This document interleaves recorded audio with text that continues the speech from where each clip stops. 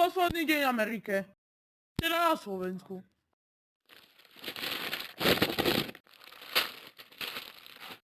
Idem si prečítať nové správy.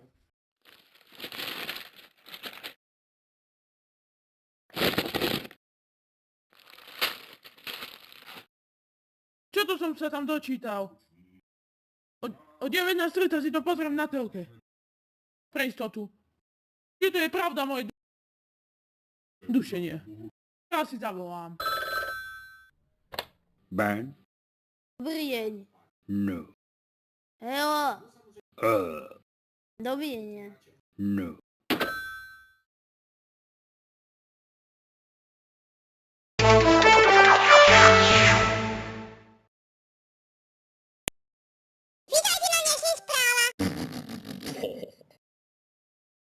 Ešte sa fúrne našiel psychopat zo Košíc.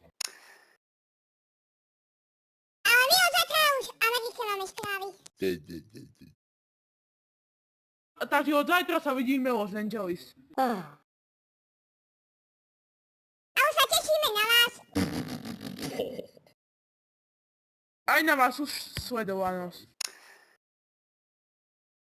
Dnes hoteli Malunce. Duchov. Vybuchol viac informácií, nebudeme informovať. Dovidenia. To fakt som si myslel, že o mne už nebudú spomínať v správach. To akú hambu som si urobil.